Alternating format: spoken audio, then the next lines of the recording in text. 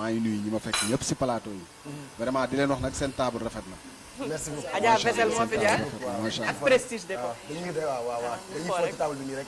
ay jëtay nii ngeen di fooye. waaye billaay wallaay billaay lii du dëgg de dañuy kaf nii rek du dëgg de. Ay li bandi ngeen gis ngeen.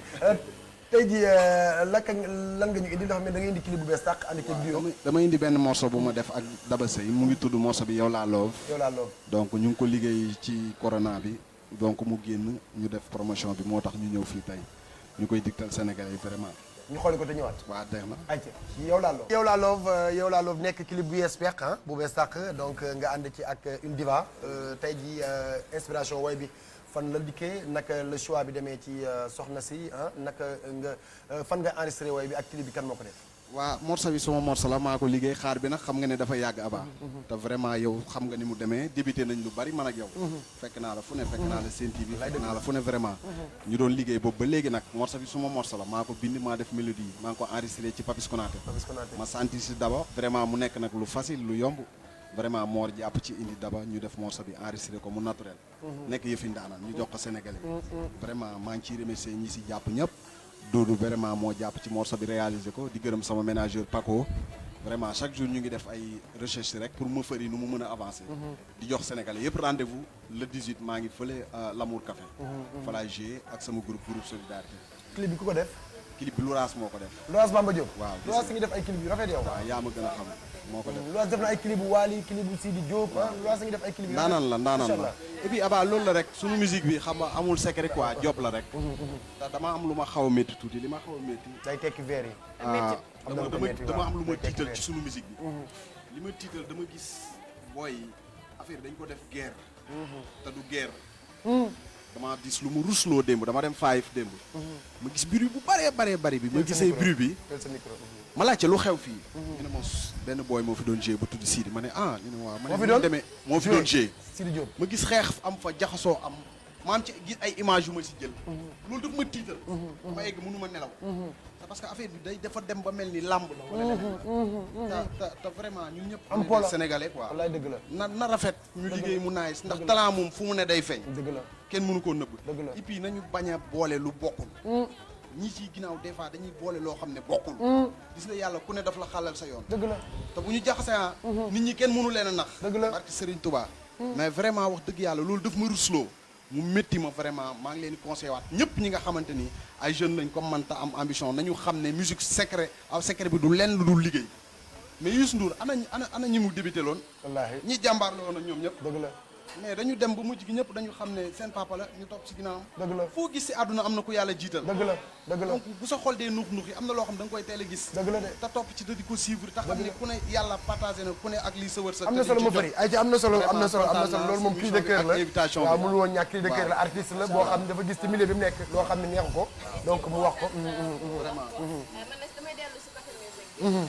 pourquoi Daba Sey voix moo la neex wala da nga jàpp ne comme day yokk valeur si sa musique yow. non non loolu du maa def choix bi sax su ma staff ñoo def choix bi. ok su ma benn xarit bu nekk Doudou mu ngi nekk Espagne d'abord daf ko fi fekkoon bi ñuy commencé album laay def bi ñuy waajal morceau yi mu sentir ci morceau yow laa love bi Daba Sey mu ne ma faw ñu dem seeti ko décroché ko mu ñëw participer ci morceau bi vraiment bi ñu demee seeti ko mu yomb trop loolu moo indi solo bi am vraiment.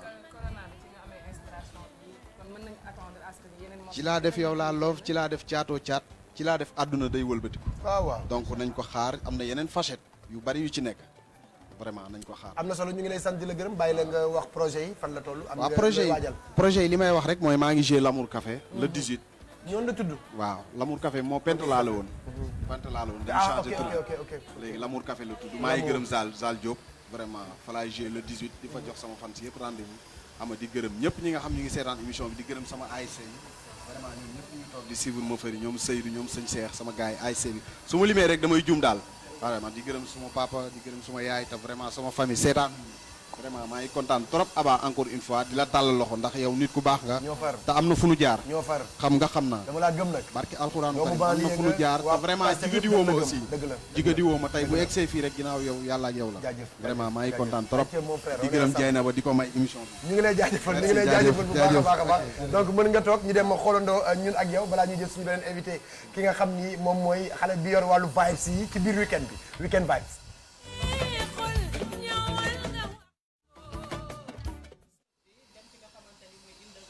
Gorée muy nag île bu bëri luñ fa mën a def bëri histoire ba pare bëri loo xamante ni mooy ay dallukaay yu nit ñi xamul parce que xalaat nañu Gorée benn kii la bu ndaw rek mais am na yu baax yu fa nekk dañuy dem foofu avec la complicité de Papino création moo ñu ubbil buntu yëpp foofu donc foofu la ñuy dem xool hôtel municipal bi daal di ñëwaat ci plateau. vibes ñu ànd ak Didi Damour ñu demoon ca Gorée.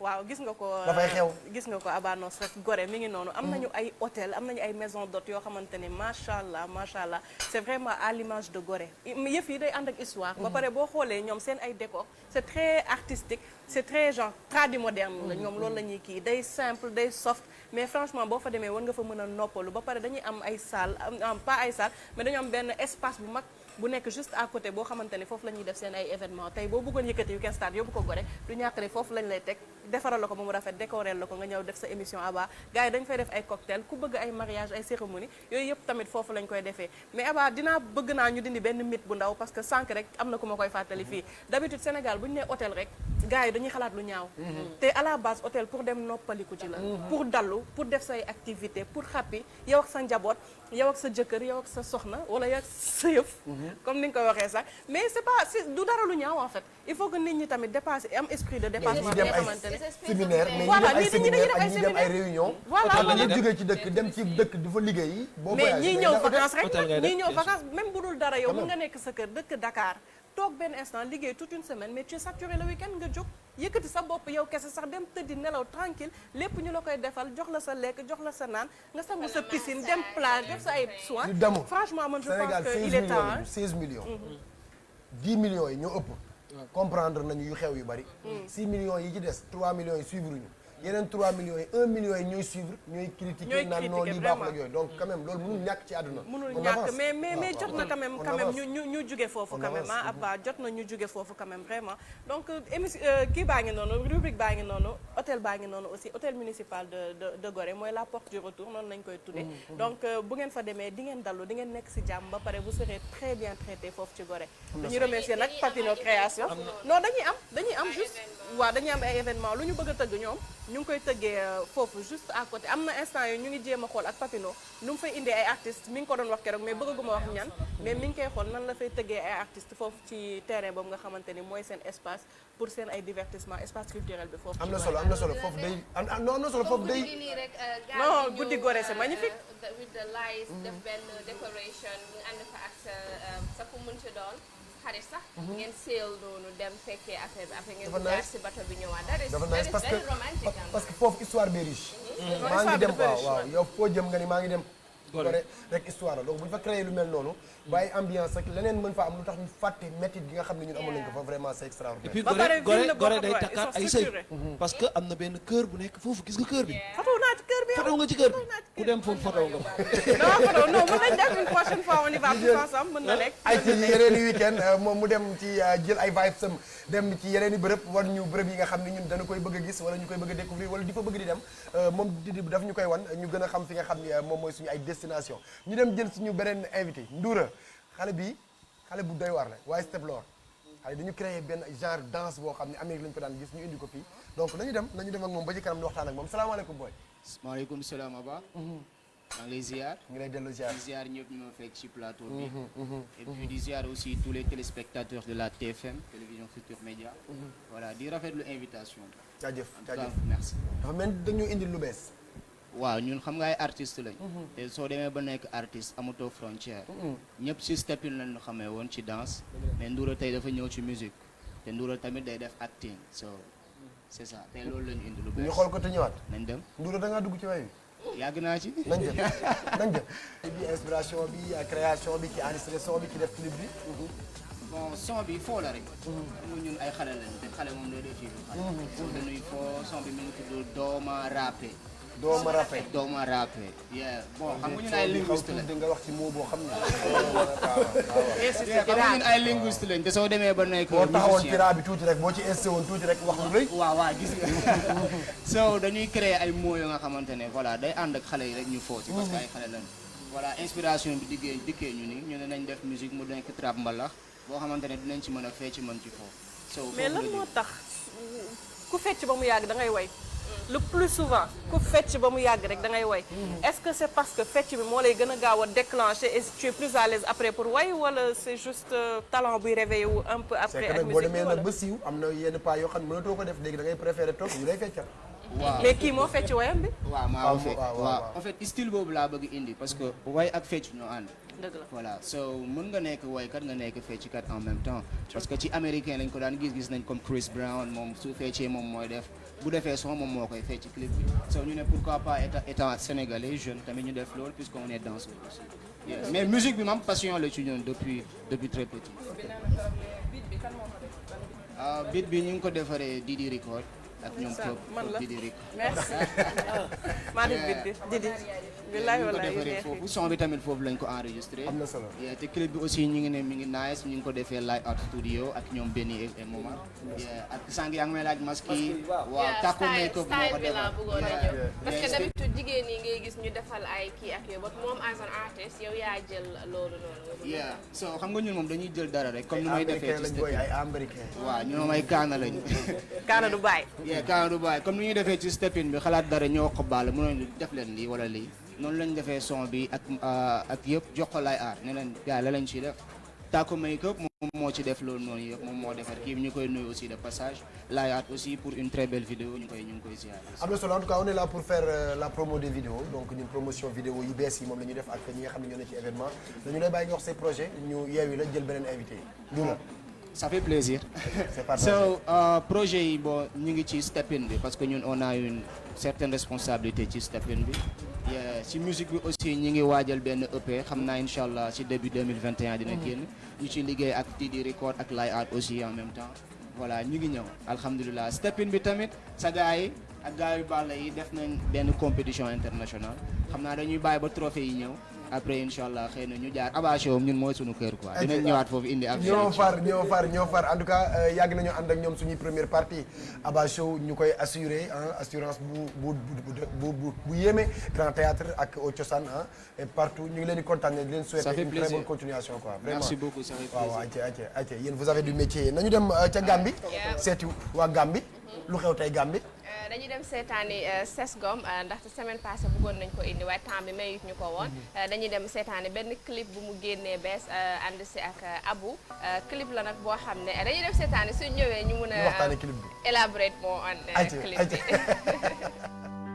waaw gay dugg nga sa dëkk nag bëgg nga Gambie bëgg nga Gambie loolu moo yor programme yi nee naa ba ci place yi ñu war a dem ak yooyu gérer ñu commencé génn incha allah xam naa ne sa xarit bi Abbas dinañu si jàppale bu baax a baax waaw président Adama Barrow tamit dinañu si jàppale ak madame Barrow ku xam comme ñoom dañuy seetaan Weekend Star all the time ñoom lu la jox rek nga xam ne ñun ñoo bokk émission bi lu la jox rek ñun ñoo bokk émission bi ne ñu xoolal ñun ñëpp la xam nga Gambien dañu yéwén dañu mën a maye xam nga ci dara yow xam nga ci dara fa la dëkk nañ ko wecceeku Sesgom doon very young talented jigéen boo xam ne macha allah amoon na benn time mu jëloon benn break mu defaat nag beneen retour bu garaaw àndoon ci ak Wally Seck boobu ba tey teggiwul tànkam benn yoon clip bi nag génnoon le 26 of September bii ñu génn ni di wax ñëpp rek ñu dem si YouTube bi seetaan ko it is very very important ay am na solo yu neex la ci wax ma ci nuyu waa Gambie yëpp Lama Ndiaye way langal tarkalla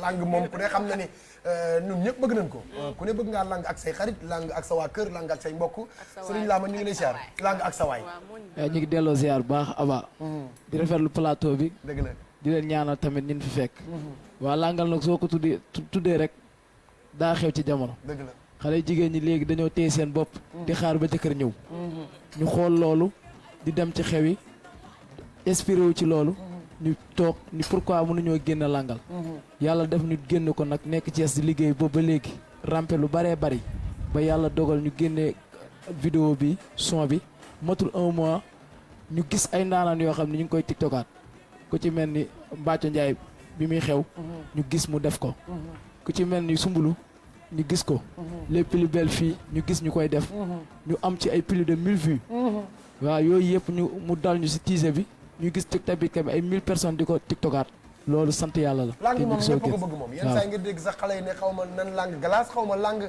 lang nañu dem xooli clip bi te ñëwaat ci plateau Weekend Stars ànd ak ki nga xam ni mooy Lama Ndiaye ayca lang donc lang moom comme suñu lang rek ñun moom la ñu mën a considérer lang ni mu war a neexee bu lang naree neex nii lay mel ah Lama ayca toj kaa ni pàccali ngom fii lañ ko gis barke borom Touba. nañu dem ci clip bi son bi nanu ko xalaatee kan moo ko enregistré ak clip bi kan moo ko def yàlla dogal na ne nag yàlla dañoo boole woon a biril bu gis ñu bëggal ñu boppam bir faay fa sama staff tamit waa PMP ñëw jàpp ci nekk Thiès di ay xale di liggéey lu doy waar ci occasion bi sax ñu ciy gërëm sunu manager Moussa Lo moom lu nu mel tey moom la suñu yàlla dimbalee ba nu yegg si fii ci carrière bi moo nu yokk doole ak yeneen projet yoo xam ne mi ngi ci kanam ku wax feeñ ñu ngi wàcc soirée le 12 décembre incha allah fee sa Sams waaw waaw waa Thiès waa Sams waaw Sams waaw Sams waaw yàlla dogal nag ñu nekkoon ci sabari di tëggal Abbas sa xarit Abbas Sey Abbas simbkat bi tëgg simb artiste bu mag bi nekk ci yàlla dogal ba nu yegg si fii ñu yegg ramme Abba lu ne def nañ ko ci aar yàlla dogal nag duñu yegsee fii lii fierté la di tax ñu ñëw toog ci plateau bi di TFM yàlla nañ fi yàlla dimbali waaw ba nu fi jaare tàkk te parce que suñu jotaay bii ñu def ak yow yàlla dogal na ni bëgg yàgg nañ koo bëgg waaye nag tey la ko yàlla dogal dëgg la waaw dëgg la am na solo Lama donc awkat bi moom xam naa ni ku neex la joxal ma ko sama micro mu sànni ci benn baat rek awkat bi après ñu ñëw ci Lama wax projet yi ñu daal tàggatoo ndax dañoo war a dem ca bon coin lan nga ñu mën a may fii salaamale Abba nuyu naa la taalibe boom daaw Abba nuyu naa la bu ñëy di xal mbabal Abba doom jaatax waaye Abba yow yaa ngi ñuy bégal taalibe boom daaw Abba yaa ngi sa ginnaaw bul tiit xanaa xamoon ni Abba ku ñeme dal laa di yii Abba bul bàyyi ku benn yoon ku ñeme dal laa di te ku sa yaay ñaanal di nga jëng Abba waaye doo daanu Abba waaw li woon la nuyoo xam nga yow référence nga Sénégal ndax da ngaa nekk nit ku baax di bay sa waar te xam nga Lama mi daa nekk sama waay dëkk Kees man ma dëkk Pikine ndeysaan man Pikine laa dëkk ginnaawaay bokk leen fi ngeen dëkk non bokkuñu fi ñu dëkk gaa nag dama doon ñëw Kees di fa way ay simb macha allah ak ay affaire ay mbapat ak yenn genre yi mais maa ngi gërëm fi ma jóge bu baax di gërëm waa ginnaawaay ndax nit loo doon rek say nit ñoo la ko def maa ngi gërëm waa ginnaawaay di gërëm waa Pikine am na solo rawatina nag su may mbokk looloo am na solo maa ngi leen di gërëm bu baax ay ci amal jàmm en Lama sa mot de la fin waa kontaan rek ci waa Thiès ma ne Thiès laa am nu ma mel tey ñoom la artistes yi nekk Thiès yëpp maa ngi leen di gërëm ñoo ma dooleel ak politiciens yi nekk Thiès yëpp su ma tuddee Maodo Malick Mbaye moom mi ngi jàppale waa Thiès gépp Madeleine Diagne waaw séeri docteur Ndiaye waaw Maodo Madeleine Malick ku Mbaye baax Thiès gëm sa bopp baax te mën a maye nit ku baax gëj naa koo gis nag gëj ko dégg waaye baax Madeleine Diagne Moussa Lo séeri docteur Ndiaye mais ma nuyu kii waaw loolu wàññiwu la dara Lama yeggali Moussa Lo ci pëccëre gi ngeen kambel coro jigéen Sadio Waale ma yaa xam nga yaa ngi nuyu say nit bàyyi Serigne Lo xam nga Lama yow bon nga xam nga Lama kontaan naa ci moom lu ma mel tey moom la Demba ñaa ànd soppi Thiès sama waa famille sunu taaw sama yaay fa mu nekk xolam seet na guy sunu papa yàlla ay yaxam seey ñoom famille bi dañu waa kontaan nañ waa PMP tamit waa PMP tamit gërëm di la sant Lama yéen ñi seen i géer ngeen di njëkk nuyu après ngeen soog a nuyu seen famille leen pour lan loolu waaw nag nu nu mel tey géer tey nu nu mel géer ñi la Abba kontaan nañ ci artiste Thiès yëpp kontaan ci population Thiès nu nu mel tey ñooñu dooleel waaye nag fii day base bi moo tax ñu ñëw TFM waaye Thiès lu nu am moom la am na solo Abba dinañ fi defaat beneen émission boo xam ne dañuy indi bongo yeeg tamay dëgg la ndax mënee nañ fa lool nag ñu ngi lay xaar waaw ayca ñu ngi lay xaar di la jaajëfal bu baax am na yeneen invité yoo xam ne ñu ngi ci ginnaaw di ñu xaar en bala mën ngaa jël sa micro bu ko defee Awa Gaye wax ma fi ñu toll nii ku ñu bëgg a jot ci yi nga xam ne xale yaa ngi may envoyé ay message naan dañoo yor ay place ñi yor ay salon de coiffure ñi yor ay yëpp bëgg feeñal seen i bagage fan la ñuy woote dañuy woote si 77 245 17 bu dee nekkuloo Sénégal mun nga ñu ba tey woo si 17 number bi waaye da ngay def indicatif bi nga woote on 77 245 17 fu leen mënti nekk rek dinañ ñëw ñu ñuy wane seeni ay stock lépp loo leen di liggéey. Naa Ndiaye moo ma envoyé message nee na musul xam ni Weekend Stars nii la neexee ma ne ko yi bopp ñu boole nga xam ni benn bu toogoon rek Weekend Stars mën na koo toj ñu boole bopp yi lii bu neexul dana war a xaru naa wérul aje nañu dem ki nga xam ni mooy ki ñuy wan fi lekkukaay neexee lekk yi gën a neex tarkal la lii intéressé na Awa Gaye ak Didi torop waxi lekk ñëwal boo ko xoolee kii bon coin ak anglais bi bon coin mooy right corner. right corner waaye bon coin. bon. bon coin. ok yaa ngi may tooñ. ok yaa ngi may tooñ. coin gauche coin droite. coin derrière. ok yaa ngi may tooñ. bon coin. ayca. ok yaa ngi may tooñ. non pourtant li ma lay waxal dëgg la. ok kon coin gauche coin droite ñëw na. ak arrière et derrière. coin arrière waaw coin arrière. dama bëgg moom bu présenté rubrique bon coin mu taxaw fii. non bàyyi ma taxaw nii rek ayca fa la ñu dem tey. tey nag coin bu spécial ah it was amazing Awa Gaye foofu lañ demoon dañuy dem xool élément bi def ko surprise nag pour gars yi mën a xool ñu ñëwaat léegi ci ayca mu ngi doon am na solo boo coin ñu demoon fi nga xam ni moom mooy Jigo ànd ak xale bi nga xam ne tarkal la coin gauche coin droite coin arrière coin avant coin en haut coin en bas tout bon bon coin ngeen bloqué coin ngeen sal ma ngeen bloqué ok say coin donc gars yi Jigo lañ demoon gis ngeen ni que keroog bi ñu fay dem nag c'était un mercredi soir il y avait de l'ambiance affaire bi neexoon na trop dafa am soirée karaoké aussi donc Jigo dama koy recommander ñëpp parce que les mercredis soirs day neex les jours de semaine les week-ends neex na ba pare mën ngeen fa dem en famille entre amis ou tout simplement en couple Awa Gaye nga ànd ak sa alaaji dem doxantu fa neex na trop en tout cas man moom je vous conseille vivement d'y aller donc pour am seen contact aussi parce que Jigo dañuy def livraison mën nga leen woo ci 33 820 22 20 donc Jigo ngi noonu daal ak ambiance bu neex a neex. comme sama doon attract man lan mooy seen spécialité. yàpp seen wala menu ñoom continental American. Awa Gaye seen menu dafa riche. ok bokk na ci restaurant yi nga xamante ne seen menu moo gën a gudd. ba pare loo commandé ñu defal la ko. yaa sax yooyu bu ñu la ko defaree ñoom ummeeg ñoom parce que Amina sometimes nga gis benn menu. foofu suñu kër la nga laaj leen ñu ne non lii amul. ñoom nag j'ai fait la remarque. ñun tamit loo laaj à n'importe quelle heure parce que dañuy tijji très tard loo fa laaj ñu defal la. mais seen dessert aussi magnifique. merci ci saa si ba pare dañ disponible. après ils font partie dañuy am meilleur dessert ci Sénégal. meilleur dessert yow xam nga dessert yàgg naa la yóbbu. c'est que ñoom dañ lay indil menu bi nga xool ba naax parce que macha allah seen chef bi nga xam ni mooy togg foofu ba pare ba pare dafa yéwén ci li muy togg boo toggee ba pare mu ngi lay toppatoo ndax neex na ataaya bëgg ngeen café waaw c'est cool boo mënul dem Aba Show sax léeg-léeg mercredi soir yi nga dem yow yaay choisir way bi la neex nga way ko soirée karaoké yaa ngi mën faa dem di def lu ma neex xas kenn du la def dara da ngay fecc di way ba mu mais nag boo kiiwee bu neexul gars yi dañ lay yuuxóori wu neexul ñii xam nañ fa kuy Didi kuy Ngala kuy Marie Gueye kuy Mia xam nañ fan mooy cotiser loo pour ñu yóbbu la waaw loolu yàgg nga ko def may waaxu ay ci nañu dem ci ñi nga xam ne ñoom ñooy suñuy invité bokk nañ suñuy invité tey Akatsuki SN ñu way wéradi mais way ñu ko wér wayuñu loo xam ni peut-être way wéradi lañu way mais Sénégal mu ngi mel ni benn son moom mës a génn ci Sénégal wéradi foo dugg donc loolu ay secret la yoo xam ni liggéey moo koy indi am na ci booy boo xam ni il est très fort ils sont forts sax laay wax donc dama koy bàyyi sama waa ji mu nuyoo ñu dem xooli clip bi nga xam ne moo yënga réew mi fi ñu toll nii. ok asalaamaaleykum tout le monde asalaamaaleykum àdduna asalaamaaleykum Sénégal c'est Talla BTV from Akatsuki SN from Negu Rap Music di nuyu nekk si plateau bi yëpp di nuyu Aba di nuyu sama gars yi ñoom Sori Element Khalil Mr Cash et voilà quoi ñun ñoo def wéri di gang xam nga di ñaan gars yi ñu gën ci may push up ko mu gën a jëm kanam incha allah. kon ñu dem xool clip bi mais bu ñu ñëwee di ngeen ñu wax le nom Akatsuki. ok ak fan la création wéradi ñëw inspiration bi. ok wéradi moo inspiré lii. di dem xool clip bi te ñëwaat. d'accord yaa ko xale yi dañoo xew wax naa leen bi Sénégal yëpp dañu leen bëgg ñëw Akatsuki wéradi xoolal loolu rek laa jot ci ay commentaires wéradi soo bi moom xaw ma ku ko inspiré mais bi mu koy inspiré xalaat na ma man wéradi donc nañu ñëw ci nom bi ak inspiration bi ñu soog a dem def promo clip bi nga xam ni moo yënga son bi nga xam ni moo yënga réew mi. bon déjà Akatsuki SN kii moo ko inspiré Philippe. Philippe mooy ki nga xamante ne moo sonj lii nii yëpp. mën nañ ne moom mooy producteur bi te moom mooy ingénieur son wu Néegu Rap Music. mooy seen njagadu. voilà moom moo sélectionné booy yëpp. parce que mooy njaga. parce que booy yëpp kenn ku nekk dafa amoon carrière solo.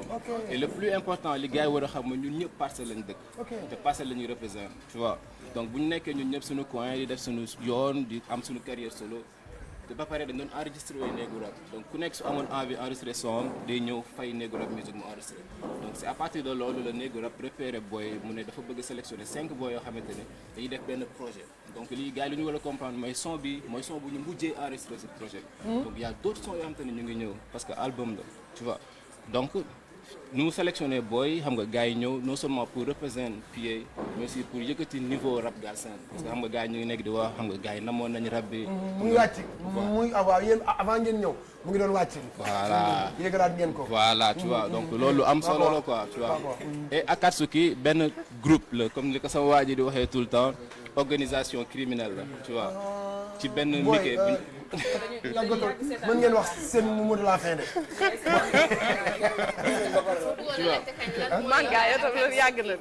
waaw Akatsuki Naruto la quoi xam nga Naruto benn Mickey la tu vois donc ci biir Naruto dafa am benn team bu tudd Akatsuki boo xam ne organisation criminelle.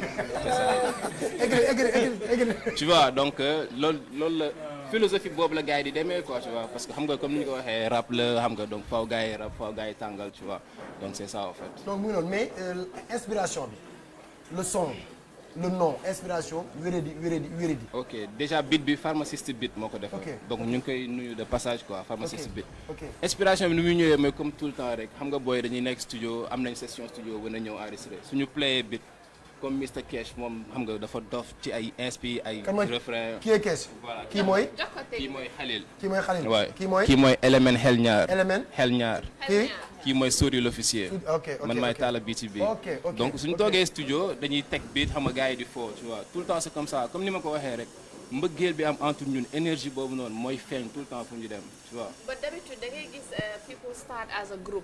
ñu dem ba si kanam ngeen nekk a superstar ku nekk aw sa yooni boobu. ndax yéen ñu ngi séentu loolu si yéen parce que yéen together moo leen jox de force pour ngeen am buzz bi ngeen am ni tey. waaye loolu dëgg la ndax loolu dina dem ba ci kanam ku nekk ci yéen commencé gis boppam li projet la rek après ku ci nekk ngay demaat sa. il faut savoir que àdduna moo demee noonu. tu vois da ngay gis ñoo xamante ne dañuy tàmbale benn affaire nekk groupe dem ba si biir ku nekk aw sa yoon.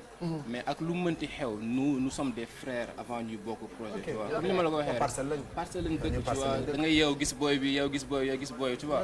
donte ku nekk amoon na carrière solo. mais dafa am benn connexion boobu entre ñun boo xamante ne énergie boobu noonu peu importe luy xewi ëllëg dañ koy garder peu importe li ami ëllëg incha allah ñaan nañu yàlla ku nekk am oto am gàlleem avion am jet privé tout tu vois. mais énergie boobu dañ koy garder te énergie boobu moo ñu may kenn ku nekk lu mu am tey donc kenn ku nekk lu mu am tey groupe bi moo ko may tu vois ku nekk su demoon boppam peut-être yàlla def lii parce que ku nekk amoon na carrière solo boppam mais yàlla dafa def bu ñu dajalewee si la lii doogee am tu vois donc ñu ngi ñaan yàlla affaire bi gën a jëm kanam ba pare yàlla gën a boole xol yi quoi yàlla gën a suudee mbir yi. en tout cas ñu ngi nekk ci promotion bi donc amagul clip ah je pense amagul clip bi génnagul. loolu bu amee clip dañuy ñëwaat ñu gën a jël suñu temps. parce que sa waay bëggoon naa mu am lu ñu defal mais temps bi daf ñoo ray. waaw xam naa sénégalais tamit ñuy xaar loolu quoi parce que moom bon xam nga gars yi saa bi bëgguñu wax bu baax loolu quoi.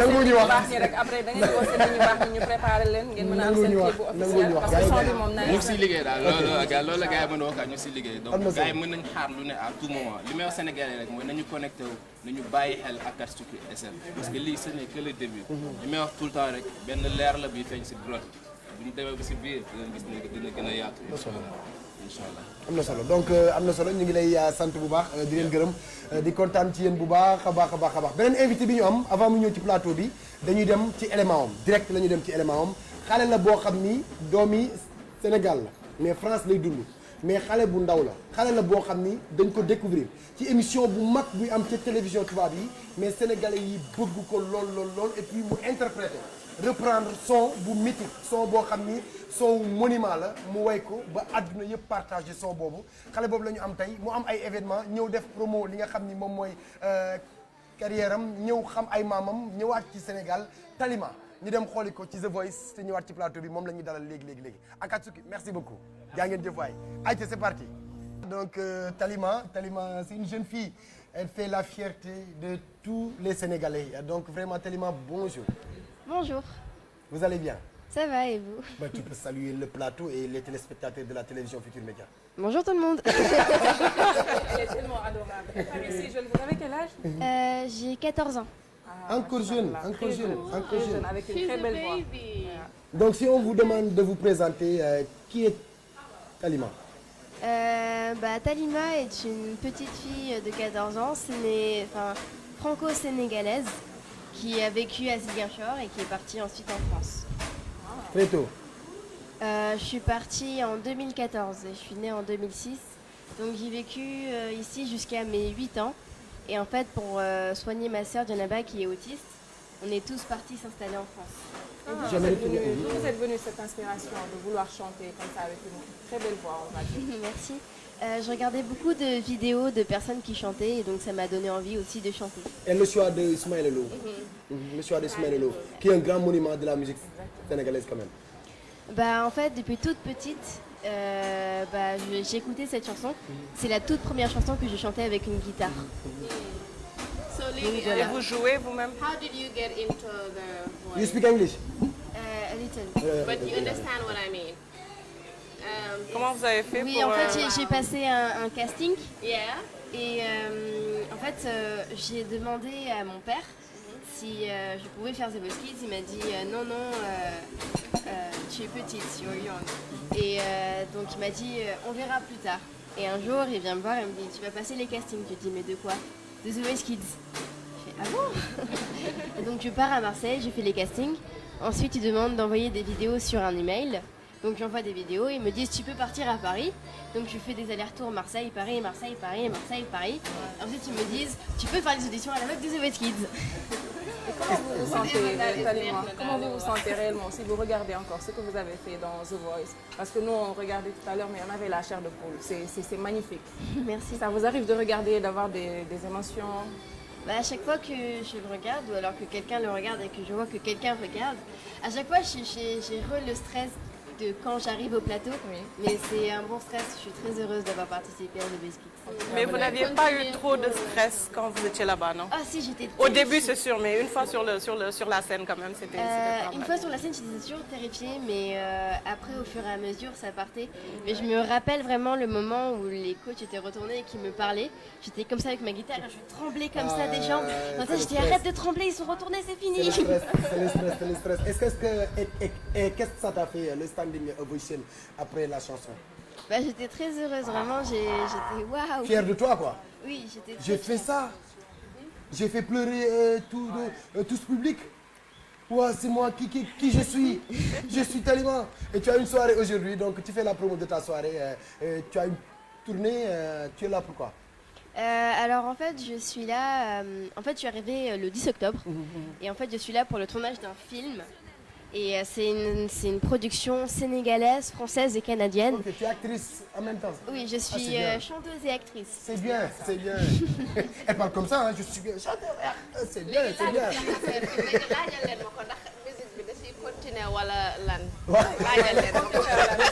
Carrière où vous voulez juste vous arrêter?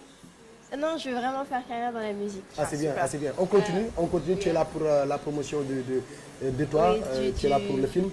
Et le film, c'est un rapport avec l'environnement, la protection des animaux, etc. Super. Avant, je ne pouvais pas dire beaucoup plus, mais le nom sera Big Five. Ok. C'est ce que je peux dire pour l'instant. Ok. Mais après, quand je pourrai, j'en dirai un peu plus. Et la soirée de ce soir? Alors, la soirée de ce soir, aujourd'hui, on est le 7 novembre. Ouais. Et donc, je joue au Radisson à 18h. Ok. Il y aura beaucoup d'invités. Ok. Par exemple, il y a un acteur du film qui s'appelle Marc Rushman qui va chanter aussi avec moi. Ok. Et aussi ma marraine artistique, Ok. Kialoum, qui va aussi chanter avec moi. Ok. Et il y a aussi, je crois, c'est DJ Boops qui va venir aussi, DJ Boops, qui va Moka venir Diallo. à mon concert. Et il y aura aussi plein d'autres personnes. Vous jouez demain aussi, non? Oui, je joue aussi demain aux Almadies. Ta icône de musique artiste, c'est qui? Ta référence? J'aime bien Alicia Keys, Stevie Wonder, Ariana Grande, Billie Eilish. Ah, tu as une liste, hein? Moi, en fait, en fait, mes artistes préférés. En fait, j'ai des artistes préférés en France, des artistes préférés aux États-Unis et des artistes préférés à Dakar. Au Sénégal, c'est Ismaël Lo et Youssou N'Dour. En France, c'est Pascal Obispo, Soprano, Amel Ben. En tout cas, elle me fait penser à Jessica Loret. am na solo am na solo donc tu as cité un icône de l'animation sénégalaise DJ Boops donc respect pour toi grand le mot de la fin. Le mot de la fin. Venez à mon concert, ça va être trop bien. En tout cas, ça va être trop super. En tout cas, on vous souhaite une très bonne continuation donc vraiment une très belle carrière aussi quoi. Merci beaucoup. Vraiment et bon courage.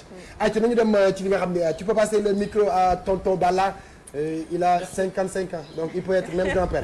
Balla sa rubrique la ñu jëm léegi temps bi xoj nañu de rey nañu ba ñu dee. Merci beaucoup ñu dem tey lan la ñuy reetaan kay ku ñu reetaan loo tey. dañuy dem seeti élément ba pare may soog a wax kan la. ñu dem directement. nañ dem.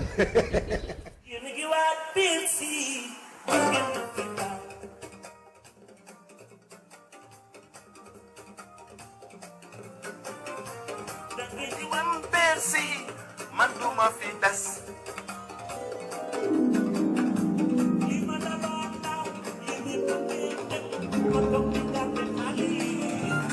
Youssou N'Dour vous met l'eau à la bouche hein. Je sais que vous avez tous envie de partir à Bercy hein. Vous avez envie de voyager avec Youssou N'Dour et le Super Étoile. C'est maintenant ou jamais. gis nga portable bu doon joxee benn virus wala maladie di nga bokk ci ñi koy jëkk attrapé. Munoo koo def. yow grand sa der rafetul. waaye fii Sénégal la ku jëkk yeewu sa morom ne ko sangul. waaw waaye barki dem nga jógee ndungu si. mais loolu nothing. man dogalu borom bi la. te loolu nga jëloon alalu jàmbur jooju nga jëloon ba tax ma dugg si ndungu sin. déet père man musuma jël nag du ma jël alalu jàmbur. yaa ko jël mani maag yow ak yàlla. yaa ko jël kàccoor nga saay ka. yow mii seen loxo yi yamul. dogal rek moo père boo neex na bul bàyyeeku. boo ma ñamoon xam ni sax dàq naa ni nga defee. waaw jëlal goro papa. merci beaucoup waaw lew na la doom bu ci am benn xel ñaar. waaw lew na daal xol bu sedd guy. xam nga nag waaw jërëjëf. bopp bu nar a embarqué. waaw. am na solo ki ñu seeti woon kii kan la Balla. gëj nañ ko gis. Barkalla mi ngi ci bitim réew. di ci bàyyi waaram. donc pour parler de lui damay commencer ci wax de son vrai nom il s'appelle El Hadj Moda Tunkara donc def ay production yu bari. ñu gën koo ràññee nag ci Badou Mën Lépp. participé na aussi ci comme li ñu def ci suñuy extrait yi participé na aussi ci Mbay Bercy bi nga xamante ne en 2008 lañ def production bi donc mu nekkoon fii di fi liggéey ba benn instant mu dem installé wu Belgique jóge Belgique dem France ba mu ngi liggéey actuellement ak Diop Fall ndaanaan bi ñu jëloon semaine bële donc ñoom ñaar ñi ngi def ay spectacle ay after work ci ay resto ay yeneen yu ni mel donc mi ngi continuer monde humouram xam naa ne li ñu war a xóotal lépp temps bi duñu ko may waaye ci tënk rek fi mu jaar bëri na moo tax tey mu nekk un professionnel jaar na daaray Kocc daaray Kocc ku ko xam dégg ku ko xamul dégg na ko école bu mag la waaye jaar na aussi troupe Baara Yego bu Saint-Louis ca sunu papa jooju ñuy jooyte noppeegunu Golbert Diagne ak yeneen i parcours yu mu def waaye daal ñi ngi ko ràññee ci Badou Mën Lépp tubaarkàlla waaw mais nag muy jouer rôle bu am solo ah nekk tamit monument ci li nga xam ni mooy théâtre bi vraiment grand yi wala pas yi sax ñoom war nañ ñuy fàttaliku parfois ñu def benn projet envoyé ñu ko ñu mën ko seetaan parce que waaw dañuy neexal xol yi te ñu war benn comeback sax te li doon extraordinaire mooy ñoom ñu def envoyé ñeneen ñi nekk fii def envoyé ñu jël loolu ñu duppee ko sax doyen lañ koy duppee wala les doyens wala je sais pas nan lañ ko mën a duppee ñu teg ko pour ndaw yi nga xam ne ñoo nekk si ginnaaw aussi def mën cee jël ay exemple yu am solo pourquoi pas am na solo am na solo donc samedi bi di ñëw bàll ñu seetaan ñu demaat xooliwaat beneen ndaanaan duñu fi jeex ci biir réew mi duñu fi jeex ndaanaan yi duñu fi jeex parce que démb Abba Show bi nga xam ne moom la ñu war a teg xaw ma nag kañ ñu koy teg mais bu ko Sénégalais yi seetaanee dinañu gis ay nit ñu namoon ñu war a ñëwaat Kamba waaw ay ponkal nañu dem ci beneen ponkal xale bi toog ponkal la et mu ngi def yoonam nank par nank step by step tarkal la génn clip bu bees dañu koy bàyyi mu nuyoo wala ñu dem xooli clip bi ñëwaat mais na nuyoo ba pare salaamaaleykum boy waaw salaamaaleykum Abba maa ngi nii ñu ma fekk ci plateau bi ñëpp di sant sama ñaari waajur di ñaan Sénégal yàlla na fi jàmm sax te yàgg fi di gërëm ñëpp di sant sama wasila Sëñ Abdou Karim borom Makarimal Akhlaq yàlla yàlla guddal fanam. ñu dem xooli clip bi ñëwaat ñu daal di waxtaan def promotion clip bi nga xam ni moom la mujjee génne wala moom la njëkk a génne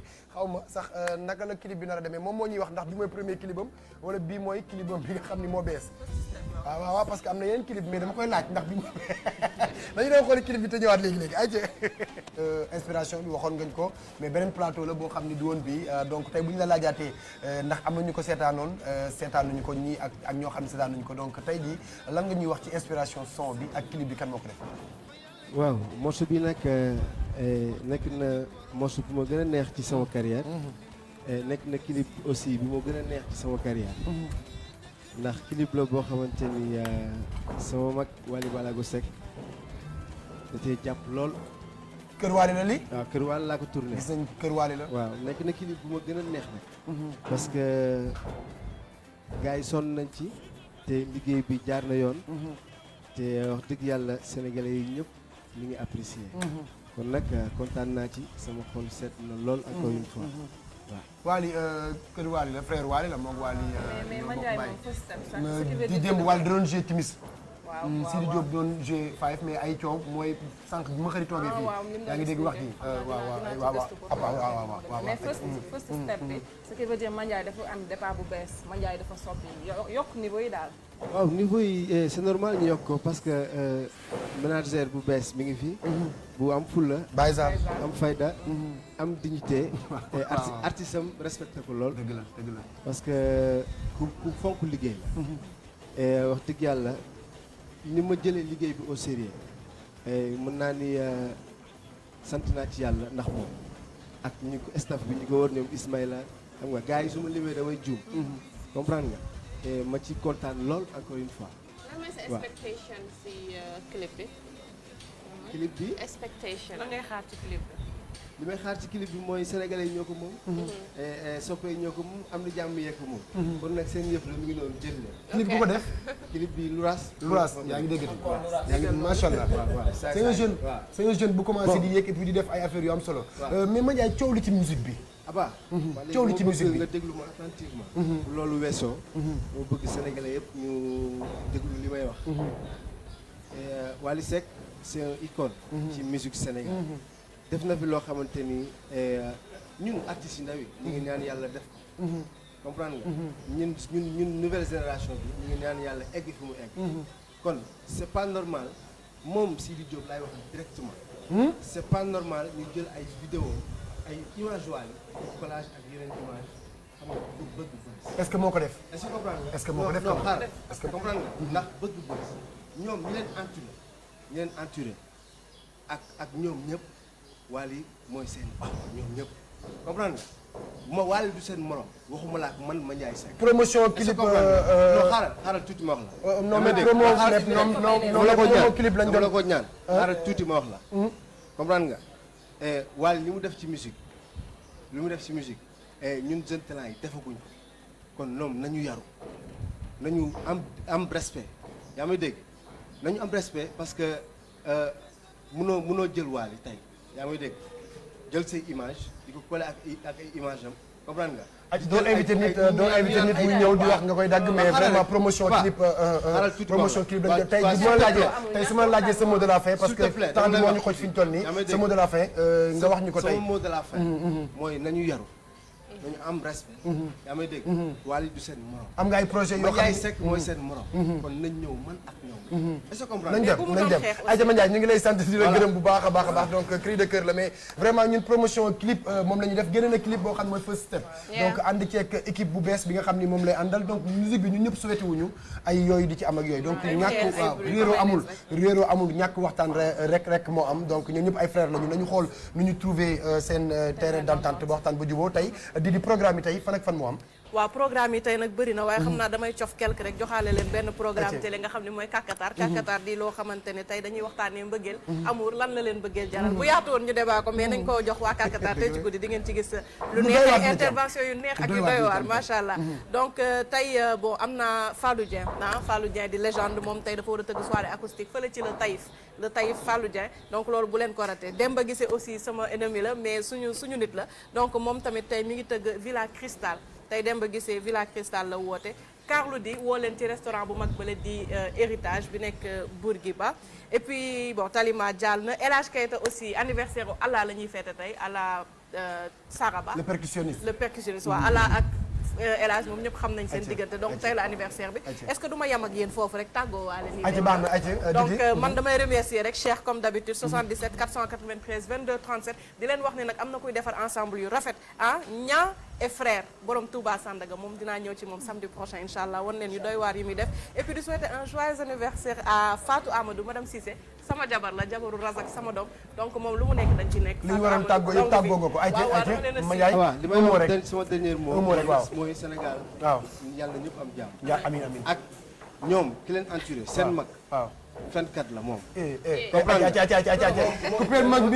coupeel ma micro ma Ndiaye Seck coupeel ma micro ma Ndiaye ayca Aba man damay remercier ki nga xamante ne mooy Fatou Salon moo ma génne fii mi ngi nekk fi nga xamante ne mooy jëppal ma jox leen numéro am rek pour képp ku bëgg a def coiffure bi kii nu mu tudd aw mi ngi naa ma depuis sànq daf ko neex xam naa dinaa la fa yóbbu numéro bi mën ngeen ko jot ci 77 324 45 82 boo fa demee nag mu defalal la lii am na ñoom Mame Diarra ñoom ñëpp a ngi fa disponible ba tey Aba man balaa may wax ñi ma solal ak yooyu damay fàttali nit ñi rek ne the number to call is 77 245 17 woote leen commercial lu ndaw nga ñuy jox ñu indil la sa product lépp lu mun ci doon ñu tegal la ko fii waaye di remercier waa chez Kacha bu baax a baax da ngeen fay dem comme weekend la it's a bon coin comme ni ko kii di waxee mun ngeen leen a woo pour seeni ay commande ak yooyu si 78 455 50 50 waaye di jaajëfal Adja Vessel Adja mu Serigne Fallou si 77 723 32 32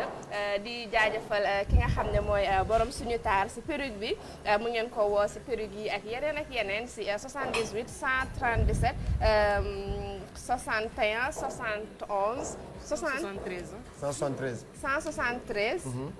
61 71 am na solo waaye di jaajëfal sañsema Facha Gaye si yére bi ma ñëwal nii de Michelle Obama style si 77 503 44 08 di wish a happy birthday ki nga xam ne dafa bëgg Youssou Ndour kooku mooy Pedre Ndiaye tey la anniversaire am di ko wish a very happy birthday my brother ay ci balla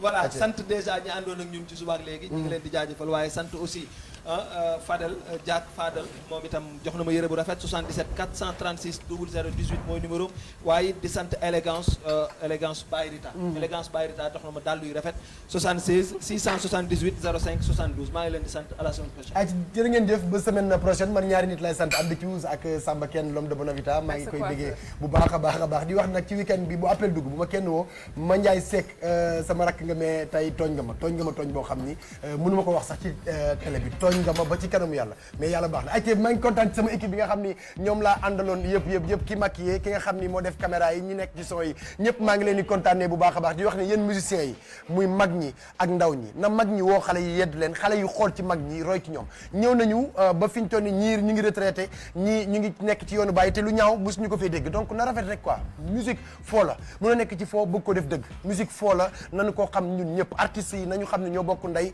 ñoo bokk bàyyi balaa ngay xam ni xuloo moo metti nga xuloo nit mu feebar mbaa mu dee da ngay ruus donc nañu rafetal lépp lii du guerre yàlla na jàmm yàgg jërë ngeen jëf ba samedi prochain bége